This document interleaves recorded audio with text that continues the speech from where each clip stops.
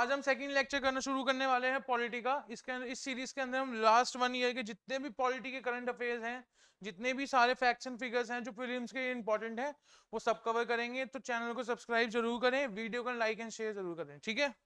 तो शुरू करें। सबसे पहला जो टॉपिक है हमारा आज का है वो है freedom of speech to MPs in parliament, ठीक है। ये आजकल काफी न्यूज में था, तो इसके इंपॉर्टेंस के मिलते जुलते जितने फैक्ट्स एंड फिगर्स हैं वो प्रीलिम्स के लिए अपने आप इंपॉर्टेंट हो जाते हैं। तो शुरू करते हैं। आर्टिकल 105 जो है भारत के संविधान का, आर्टिकल 105 ऑफ इंडियन कॉन्स्टिट्यूशन, वो फ्रीडम ऑफ स्पीच देता है पार्लियामेंटेरियंस को, फ्रीडम ऑफ स्पीच देता है लेजिस्लेचर्स को पार्लियामेंट के अंदर बोलने के लिए, ठीक है। Freedom of speech in parliament and other powers and privileges, जो अदर पावर्स एंड प्रिविलेजेस हैं, जो भी फ्रीडम ऑफ स्पीच है पार्लियामेंटेरियंस को आर्टिकल 105 से मिलती है। और जो सबसे इंपॉर्टेंट इसके अंदर फैक्ट ये आता है कि अगर कोई भी पार्लियामेंटेरियन, कोई भी लेजिस्लेचर अपने पार्लियामेंट में जो भी कुछ भी बोल रहा है उसके ऊपर वो केस नहीं हो सकता। जो भी उसने पब्लिक डोमेन में पार्लियामेंट के अंदर बोला उस बात के ऊपर केस नहीं हो सकता, कोई भी जुडिशियल रिव्यू नहीं हो सकता, ठीक है। ये बात क्लियर हुई। No case for anything said in parliament, जो भी पार्लियामेंट के अंदर बोला जाएगा उसके ऊपर कोई भी केस नहीं होगा, ठीक है।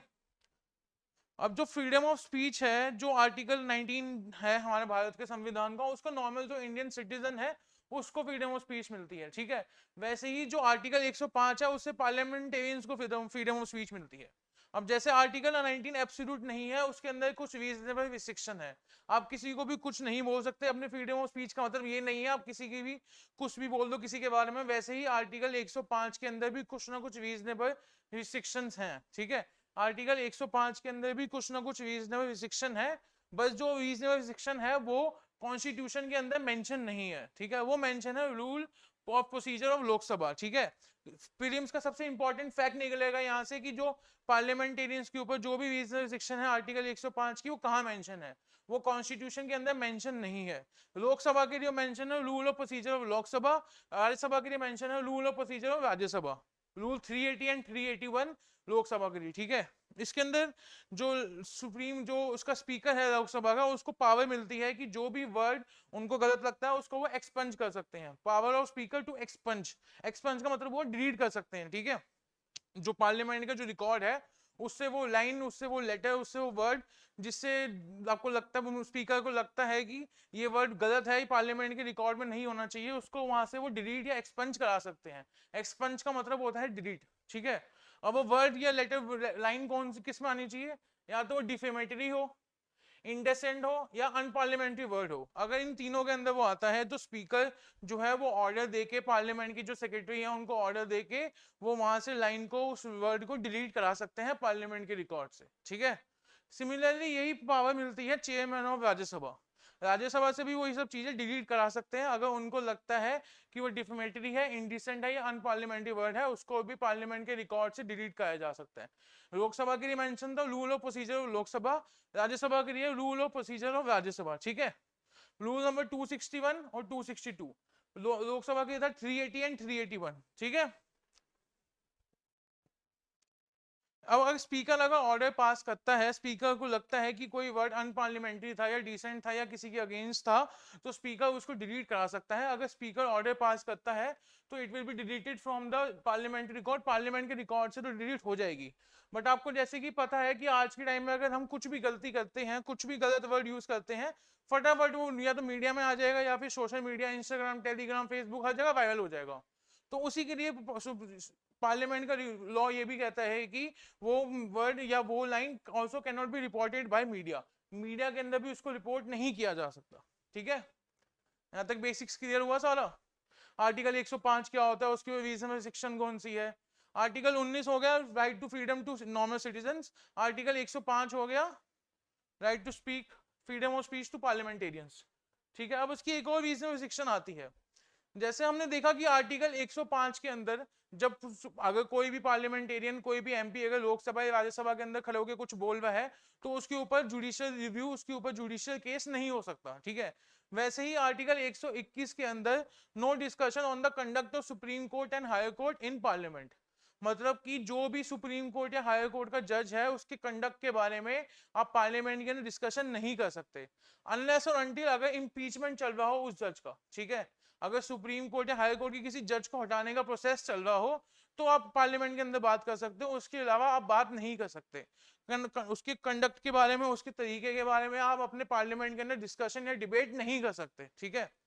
इससे एक प्रिंसिपल निकल के आता है, principle of separation of powers, ठीक है। जैसे आर्टिकल 105 के अंदर जुडिशरी ने इंटरफेयर नहीं किया, वैसे ही आर्टिकल 121 के अंदर पार्लियामेंट इंटरफेयर नहीं कर सकता, ठीक है। सेपरेशन ऑफ पावर्स समझ आया यहां तक, सब क्लियर है। आर्टिकल 105 हो गया, freedom of speech to parliamentarians, no case can be done on them. Article 121 हो गया, no discussion of the conduct of the supreme court and higher court जज। अब इसके अंदर स्पेशली मेंशन है सुप्रीम कोर्ट या हाई कोर्ट, ठीक है। इसके अंदर डिस्ट्रिक्ट कोर्ट या कोई लोअर कोर्ट या सेशन कोर्ट का मेंशन नहीं है, तो पार्लियामेंट उसके बारे में डिस्कशन कर सकता है, ठीक है।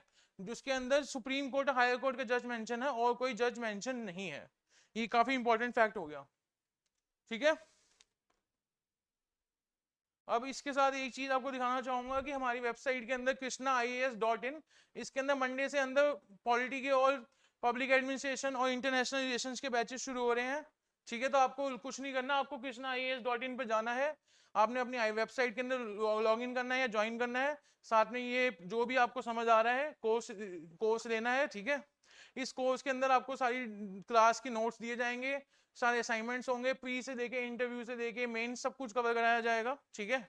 तो krishna.ias.in पे जाइए, अभी सब कोर्सेज के 50% ऑफ चल रहा है, लास्ट की कुछ सीट्स बची हुई है, फटाफट इनरोल करें, ठीक है। अब नेक्स्ट टॉपिक देखें। नेक्स्ट टॉपिक हो गया मैंडेटरी मिनिमम सेंटेंसिंग, ठीक है।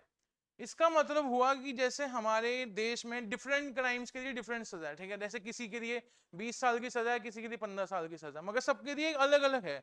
वैसे ही मैंडेटरी मिनिमम सेंटेंसिंग में ये होता है कि अगर सेंट्रल गवर्नमेंट या स्टेट लेजिस्लेचर अगर कोई लॉ पास करता है जिसके अंदर एक क्राइम के लिए मिनिमम सजा वो डिस्क्राइब कर देगा, प्रिस्क्राइब कर देगा, तो वही सजा दी जाएगी, मिनिमम उससे कम नहीं कर सकते, ठीक है। Minimum punishment that should be given, मतलब कि अगर मान लो अगर स्टेट लेजिस्लेचर या कोई सेंट्रल गवर्नमेंट कोई लॉ पास करती है कि रेप की मिनिमम सजा 20 साल है, ठीक है। अब कोर्ट के अंदर केस गया तो कोर्ट उसके अंदर उसको मिनिमम 20 साल की सजा ही सुनाएगी, कोर्ट उससे कम सजा नहीं सुना सकती, ठीक है। उससे ज्यादा सुना सकती है मगर 20 साल से कम सजा कोर्ट नहीं सुना सकती। जज can not reduce the punishment below that, मतलब जितनी भी मेंशन है कॉन्स्टिट्यूशन लॉ के अंदर उतनी ही सजा उसको सुनाई जाएगी, उससे जज उससे कम अपनी सजा नहीं सुना सकता, ठीक है। और सबसे इंपॉर्टेंट बात जो आता है, जज कैन नॉट यूज इज डिस्क्रिएशन, मतलब जो उसकी डिस्क्रिएशन पावर होती है कि जज को अगर लगता है कि एक बंदे ने अगर इसने क्राइम किया है बट इसके ऊपर लीनियंट हो सकते हैं, इसको 20 की जगह 5 साल या 10 साल की सजा सुना दो, वो इन केसेस में वैलिड नहीं है। इस केसेस में खाली जितनी गवर्नमेंट ने जगह प्रिस्क्राइब कर पनिशमेंट प्रिस्क्राइब कर रखी है, मिनिमम उतनी पनिशमेंट मिलेगी ही मिलेगी, ठीक है। अब जो आजकल आपने देखा होगा प्रीलिम्स के लास्ट 2-3 साल से जो यूपीएससी का एग्जाम हो रहा है उसके अंदर यूपीएससी फैक्ट्स पे क्वेश्चन बहुत ज्यादा पूछ रहा है। जैसे वो पूछेगा फंडामेंटल लॉ, हम फंडामेंटल राइट्स हमने कौन से कॉन्स्टिट्यूशन से दिए हैं, या फिर यूपी जो डीपीएसपी है ये किससे दिए हैं, ठीक है। तो ये सब आपको पता होना चाहिए। तो सबसे पहला जो हमने जो ये लिया है मिनिमम सेंटेंसिंग वाला, ये हमने लिया है अमेरिकन और कैनेडियन सिस्टम से, ठीक है। मैंडेटरी मिनिमम सेंटेंसिंग वाला हमने कॉन्सेप्ट लिया है अमेरिकन और कैनेडियन सिस्टम से, ये आपको पता होना चाहिए। अब इसी के अंदर दो इंपॉर्टेंट जजमेंट आ जाती है, ठीक है। जजमेंट हमारे लिए बहुत ज्यादा इंपॉर्टेंट है, आपको खाली मैंने पहले ही बोला आपको खाली केस का नाम पता होना चाहिए, ठीक है। अब इस केस का नाम है Mohammad Hasim versus state of UP. हमें केस क्या था उसके बारे में नहीं जानना, बट हमें सुप्रीम कोर्ट की जजमेंट पता होना चाहिए। इस केस में सुप्रीम कोर्ट ने जो ये आपका मैंडेटरी मिनिमम सेंटेंसिंग है इसको डिफाइन किया था कि punishment whose duration can not be reduced below a fix point duration, ठीक है। मतलब एक ऐसा क्राइम जिसकी ड्यूरेशन कम नहीं कर सकते एक फिक्स पीरियड से, ठीक है। वो हो गया आपका मैंडेटरी मिनिमम सेंटेंसिंग, कि जज चाह के भी उसकी मिनिमम सेंटेंसिंग कम नहीं कर सकता। जो ये डेफिनेशन थी इसकी मैंडेटरी मिनिमम सेंटेंसिंग की, वो इसके अंदर से आई थी, ठीक है। अब इसके अंदर एक केस होता state of MP versus Vikram Das 2019। इसके अंदर भी सुप्रीम कोर्ट ने यही बोला जो मैंने आपको पहले बताया कि कोर्ट की कोई भी डिस्क्रिशन पावर इसके अंदर लागू नहीं होगी, कोर्ट हैड नो डिस्क्रिशंस, ठीक है। केस ऑफ मिनिमम जो मैंडेटरी मिनिमम सेंटेंस है इसके अंदर जो गवर्नमेंट ने प्रिस्क्राइब कर रखी है सेंटेंस मिनिमम उतना होगा ही होगा, कोई भी कोर्ट अपने डिस्क्रिशन पावर यूज नहीं कर सकता, कोई भी कोर्ट उसकी पनिशमेंट कम नहीं कर सकता, ठीक है। तो आज का यही लेक्चर यहीं खत्म करते हैं। बाकी मंडे से पॉलिटी और पब्लिक एडमिनिस्ट्रेशन के बैच शुरू हो रहा है, नीचे डिस्क्रिप्शन के अंदर इसका लिंक दिया हुआ है, फटाफट इनरोल कर लें। लास्ट की कुछ सीट्स बची हैं, 50% अभी ऑफ भी चल रहा है। ठीक है, थैंक यू।